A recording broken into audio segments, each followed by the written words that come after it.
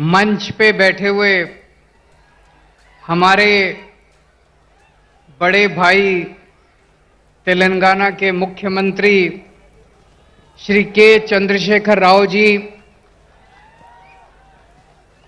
मंच पे बैठे हुए पंजाब के मुख्यमंत्री भगवंत सिंह मान साहब,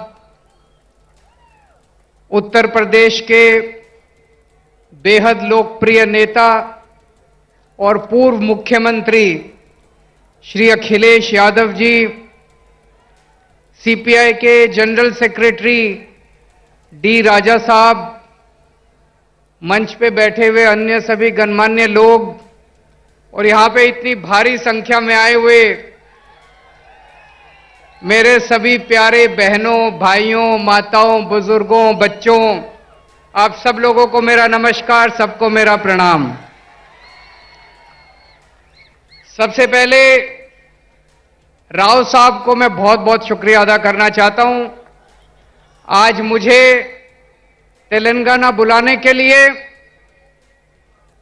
उन्होंने आज दो बहुत महत्वपूर्ण कार्यक्रमों में हमें शामिल होने का मौका दिया और उसके बाद आप लोगों से बातचीत करने का मौका दिया। मुझे नहीं पता आप लोगों को पता है कि नहीं पता कि आपके मुख्यमंत्री ने आज एक बहुत शानदार कार्यक्रम शुरू किया है। आपकी सब लोगों की आंखों का चेकअप कराया जाएगा। तेलंगाना में 4 करोड़ लोग रहते हैं, 4 करोड़ लोग। सब लोगों की, बच्चों की, बूढ़ों की, आदमी की, औरत की, इस धर्म की, उस धर्म की, अमीर की, गरीब की, सब लोगों की आंखों का चेकअप केसीआर साहब मुफ्त में कराने जा रहे हैं। उस कार्यक्रम का आज शुभारंभ हुआ। जिसकी आंखों में डिफेक्ट मिलेगा उसको मुफ्त में दवाई दी जाएगी। जिसे चश्मे की जरूरत होगी उसे मुफ्त में चश्मा दिया जाएगा और अगर किसी की आंखों में ऑपरेशन करने की जरूरत होगी तो उसका मुफ्त में ऑपरेशन किया जाएगा। शानदार प्रोग्राम है कि नहीं है? आज हम लोग यहां से सीख के जा रहे हैं। मैंने और हम सभी लोगों ने ये सारा कार्यक्रम देखा, इनके डॉक्टर से मिले, इनके ऑफिसर से मिले, जितने शानदार तरीके से उसका आयोजन किया जा रहा है, प्लानिंग की गई है, बहुत शानदार है।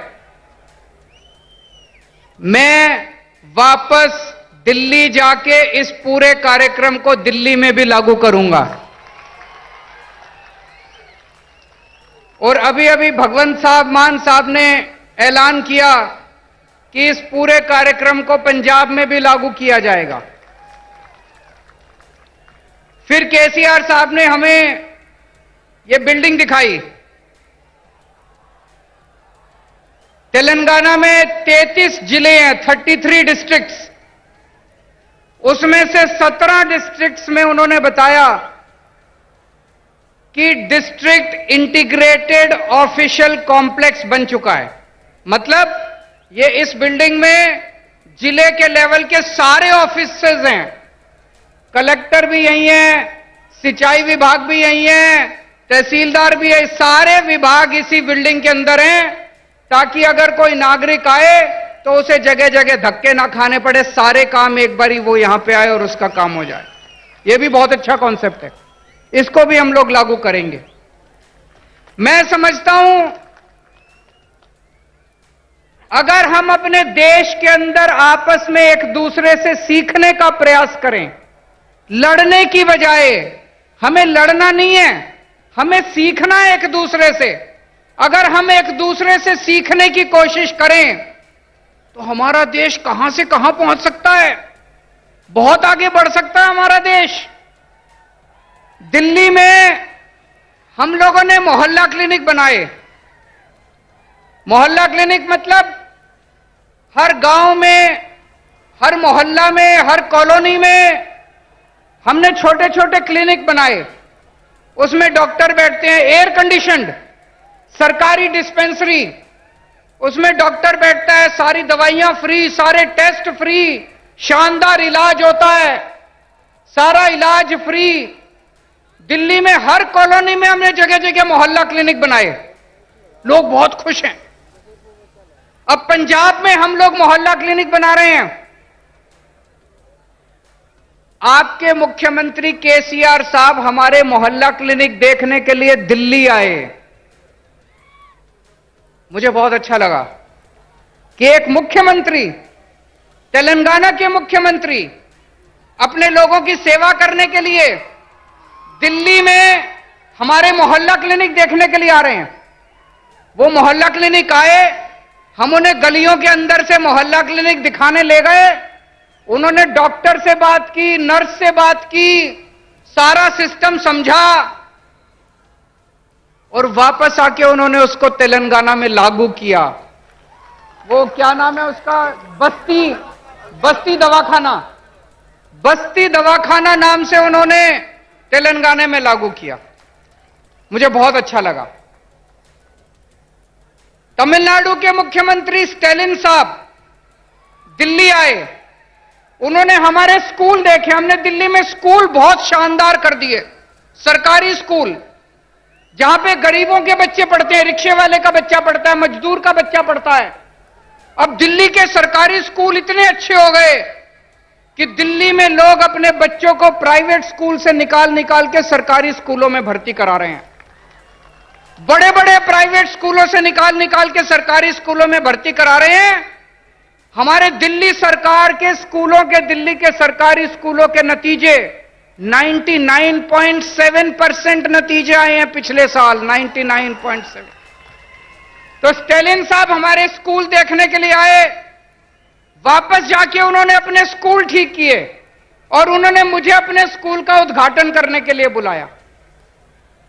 दोस्तों, मैं कई बार यह सोचता हूं, हमारे देश को आजाद हुए 75 साल हो गए, 75 साल, फिर भी हमारा देश गरीब क्यों रह गया? फिर भी हमारा देश पिछड़ा क्यों रह गया? हमारे बाद सिंगापुर आजाद हुआ, जापान सेकेंड वर्ल्ड वॉर में तहस नहस हो गया था, जापान हमसे आगे बढ़ गया, सिंगापुर हमसे आगे बढ़ गया, जर्मनी हमसे आगे बढ़ गया। हमारे में क्या कमी रह गई? हम पीछे क्यों रह गए? हम पीछे इसलिए रह गए क्योंकि जैसे भी मान साहब ने बताया, हमारे देश की राजनीति बहुत खराब है, हमारे देश के नेता बहुत खराब हैं। पहली बार इस देश के अंदर एक उम्मीद की किरण जागने लगी है। इस देश के अंदर कुछ मुख्यमंत्री एक साथ आ रहे हैं, कुछ नेता, अखिलेश यादव जी जैसे नेता एक साथ आ रहे हैं और अब हम सब मिलकर इस देश के विकास की चर्चा कर रहे हैं। हम सब मिलकर अब राजनीति की चर्चा नहीं करते। आज पूरा दिन सुबह से शाम तक हमने बैठ के चर्चा की कि इस देश के अंदर शिक्षा अच्छी कैसे होनी चाहिए, देश के अंदर अस्पताल अच्छे कैसे होने चाहिए, देश के अंदर सिंचाई अच्छी कैसे होनी चाहिए, किसानों के लिए क्या कर सकते हैं, मजदूरों के लिए क्या कर सकते हैं। देश के कुछ मुख्यमंत्री इकट्ठे होकर ये करने लगे। हम एक दूसरे से सीखना चाहिए हम लोगों को। मुझे याद है बचपन में जब मैं 10वीं क्लास में पढ़ता था, उस टाइम से हम सुन रहे हैं केरला में स्कूल बहुत अच्छे हैं, केरला में अस्पताल बहुत अच्छे हैं। उस टाइम से सुन रहे हैं। अगर केरला में स्कूल, हॉस्पिटल अच्छे हैं तो अभी तक बाकी देश में क्यों नहीं हुए? अभी तक हो जाने चाहिए थे बाकी देश में भी, क्यों नहीं हुए अभी तक बाकी देश में? हम सारे आपस में लड़ते रहते हैं, हम सारे पार्टियां आपस में लड़ते रहते हैं, सारे नेता आपस में लड़ते रहते हैं। आज मुझे बड़े दुख के साथ कहना पड़ रहा है, अभी अभी कई सारे वक्ताओं ने कहा तमिलनाडु का गवर्नर तमिलनाडु की सरकार को तंग कर रहा है, तेलंगाना का गवर्नर राव साहब को तंग कर रहा है, दिल्ली का गवर्नर मेरे को तंग कर रहा है, पंजाब का गवर्नर मान साहब को तंग कर रहा है। ये गवर्नर तंग नहीं कर रहे, मोदी साहब तंग कर रहे हैं। गवर्नर तंग नहीं कर रहे, गवर्नर को बेचारे को क्या लेना देना। गवर्नर को तो बड़ा सा बंगला मिल गया, आलीशान गाड़ी मिल गई, एयर कंडीशन माहौल मिल गया, नौकरी मिल गई, 5 साल ऐश करने के लिए आता है गवर्नर। गवर्नर को क्या लेना देना? दिल्ली से फोन आता है, राव साहब को काम मत करने दो, अड़चन अड़ाओ। आता है कि नहीं आता है? दिल्ली से फोन आता है, भगवंत मान को काम मत करने दो, अड़चन अड़ाओ। मोदी साहब का फोन आता है, केजरीवाल को काम मत करने दो, अड़चन अड़ाओ। जिस देश का प्रधानमंत्री 24 घंटे बैठ के ये सोचता है कि मेरे को अब इसको तंग करना है, मेरे को अब उसको तंग करना है, वो देश तरक्की कैसे करेगा दोस्त? आप में से कौन कौन बेरोजगार है? जरा हाथ खड़े करें, जो जो बेरोजगार है, जो जो अनएम्प्लॉयड है। मुझे लगता है मेरी भाषा शायद समझ नहीं आ रही है, अनएम्प्लॉयड तो बहुत लोग हैं। आज देश का एक एक युवा बेरोजगारी से त्रस्त है। हमारे प्रधानमंत्री को बेरोजगारी से कोई लेना देना नहीं है। वो 24 घंटे बैठ के ये सोचते हैं मैं किस मुख्यमंत्री को तंग करूं, किसके ऊपर मैं सीबीआई छोड़ूं, किसके ऊपर मैं इनकम टैक्स की रेड डलवाऊं, किसके पीछे मैं ईडी छोड़ूं। आज पूरे देश के अंदर इतनी महंगाई हो गई है, एक आम आदमी को अपना घर चलाना मुश्किल होता जा रहा है, अपने बच्चे पालने मुश्किल होते जा रहे हैं। लेकिन देश के प्रधानमंत्री को महंगाई की, बेरोजगारी की कोई चिंता नहीं है।